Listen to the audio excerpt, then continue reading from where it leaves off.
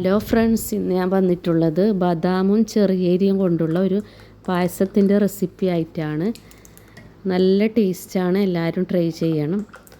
അങ്ങനെ ഞാൻ ഒരു കപ്പ് ബദാം രാത്രി വെള്ളത്തിലിട്ട് പൊത്തി വെച്ചതാണ്. പിന്നെ ഒരു കപ്പ് ചെറിയ അരിയും എടുത്തിട്ടുണ്ട്. ചെറിയ അരി തനിമ വേണമെങ്കിൽ എടുക്കാം, ജീരകശാല എടുക്കാം. ഞാൻ ജീരകശാല അരിയാണ് എടുത്തിട്ടുള്ളത്, കൈമ റൈസ്. അങ്ങനെ നല്ലപോലെ ബദാമൊക്കെ പൊതിർന്ന് കിട്ടിയിട്ടുണ്ട്.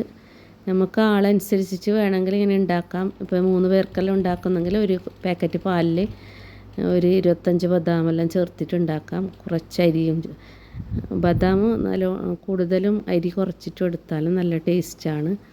അങ്ങനെ ഞാൻ ഇത് കുറച്ചധികം ഉണ്ടാക്കുന്നത് കൊണ്ട് ഒരു കപ്പ് അരിയും ഒരു കപ്പ് ബദാമുമാണ് എടുത്തത്.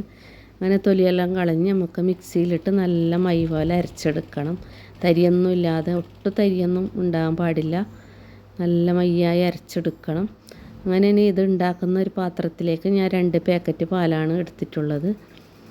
ഒരു പാക്കറ്റ് പാലിനും ഉണ്ടാക്കാം. പിന്നെ കുറച്ച് വെള്ളവും ചേർക്കുന്നുണ്ട്. ആ വെള്ളം ചേർക്കുന്നതിൻ്റെ വീഡിയോ എടുത്തിട്ട് അരപ്പാട്ട വെള്ളവും ചേർത്തിട്ടുണ്ട്. ഇനി നമ്മൾ അരിയൊക്കെ നല്ല അരിഞ്ഞ് നല്ല മിക്സായിട്ട് വന്നിട്ടുണ്ട്. നല്ല ഒട്ടും തരിയൊന്നും ഇല്ലാതെ നല്ല റെഡി ആയിട്ടുണ്ട്. ഇനി ഇതിലേക്ക് ചേർത്ത് കൊടുത്ത് നല്ല പോലെ ഇളക്കി യോജിപ്പിച്ചിട്ട് എടുക്കണം. അങ്ങനെ നല്ലപോലെ ഇളക്കി ഒരു പാകമാക്കിയിട്ട് ഇനി നമുക്കിത് അടുപ്പത്ത് വെച്ച് കൊടുക്കാം. ഇനി ഞാൻ ഇതിലേക്ക് 1/2 ടീസ്പൂൺ ഉപ്പും ചേർത്ത് കൊടുക്കുന്നുണ്ട്. 1/2 കപ്പ് പഞ്ചസാരയും ചേർത്ത് നല്ലപോലെ ഇളക്കി, കൈയെടുക്കാതെ ഇളക്കിക്കൊണ്ടേ ഇരിക്കണം. തിളക്കുന്നത് വരെ ഇളക്കിക്കൊണ്ടേ ഇരിക്കണം. കൈയെടുത്താൽ പിന്നെ കട്ട പിടിച്ച് പോകും. അതുകൊണ്ട് കൈയെടുക്കാതെ തിളക്കുന്നത് വരെ ഇളക്കിക്കൊണ്ടേ ഇരിക്കണം. എല്ലാവരും ട്രൈ ചെയ്യണം. ഗസ്റ്റൊക്കെ വന്നാൽ കൊടുക്കാൻ പറ്റിയ നല്ലൊരു പായസവും ഡ്രിങ്കായും ഉപയോഗിക്കാം. ബദാമൊന്നും കഴിക്കാത്ത കുട്ടികൾക്കൊക്കെ കൊടുക്കാൻ പറ്റിയ നല്ലൊരു പായസവും ഡ്രിങ്കും കൂടിയാണ്. അങ്ങനെ ഇങ്ങനെ ഇളക്കിക്കൊണ്ടേയിരുന്നു. തിളച്ച് വരുന്നുണ്ട്. നല്ലപോലെ തിളക്കുന്നത് വരെ ഇളക്കേണ്ടതാണ്. അങ്ങനെ പായസമൊക്കെ നല്ല കുറുകി പാകമായി വരുന്നുണ്ട്. ഇനി ഞാൻ ഇതിലേക്ക് ഏലക്കപ്പൊടി ചേർക്കുന്നുണ്ട്. ഏലക്ക പഞ്ചസാരയിൽ ചേർത്ത് പൊടിച്ച് ചേർത്തതാണ്. പഞ്ചസാര മധുരം കുറച്ച് കുറവായതുകൊണ്ട് ഞാൻ 1/4 കപ്പ് പഞ്ചസാരയിൽ ഏലക്ക ഇട്ട് പൊടിച്ചിട്ട്, പൊടിയൊന്നും ഇല്ലാതിരിക്കാൻ വേണ്ടി പഞ്ചസാരയിൽ ഇട്ട് പൊടിച്ചെടുത്തതാണ്. അങ്ങനെ നല്ലപോലെ ഇളക്കി യോജിപ്പിച്ച് പാകമാക്കിയിട്ട് എടുക്കണം. അതിന് കുറച്ച് മൂത്തിട്ടുണ്ടായിരുന്നു. അപ്പോൾ ഞാൻ പാല് കുറച്ച് തിളപ്പിച്ചിട്ട് വെച്ചിട്ടുണ്ടായിരുന്നു. നമുക്കങ്ങനെ ആവശ്യമുണ്ടെങ്കിൽ ചേർക്കാൻ, തിളപ്പിച്ചിട്ട് വെച്ചാൽ മതി. മൂത്ത് വരുമ്പോൾ വെള്ളവും ചേർക്കാം, പാലും ചേർക്കാം.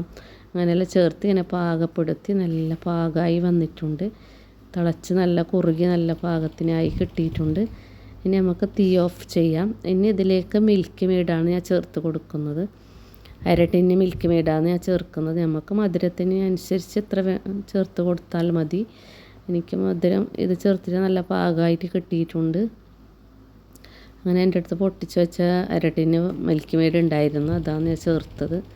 അങ്ങനെ അതും ചേർത്ത് നല്ല പോലെ ഇളക്കി യോജിപ്പിച്ച് പാകപ്പെടുത്തിയിട്ട് ഈ രീതിയിലാക്കിയിട്ട് എടുക്കണം. ഇതുപോലത്തെ രീതിയിലാണ് ആയി കിട്ടേണ്ടത്. ഇനി ഞാൻ ചെറുതായി ബദാം ഉറുക്കി വെച്ചിട്ടുണ്ടായിരുന്നു, കട്ടാക്കിയിട്ട്. ഇനി അതും ചേർത്ത് നല്ല പോലെ ഇളക്കിയിട്ട് എടുക്കണം. ഇത് കുടിക്കുന്ന സമയത്ത് ബദാമൊക്കെ കടിക്കാൻ കിട്ടുമ്പോൾ നല്ലൊരു ടേസ്റ്റാണ്. അങ്ങനെ നമുക്കിത് ഗ്ലാസ്സിലേക്ക് ഒഴിച്ച് മാറ്റാം.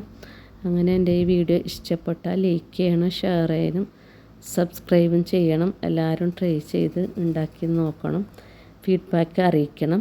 Thank you.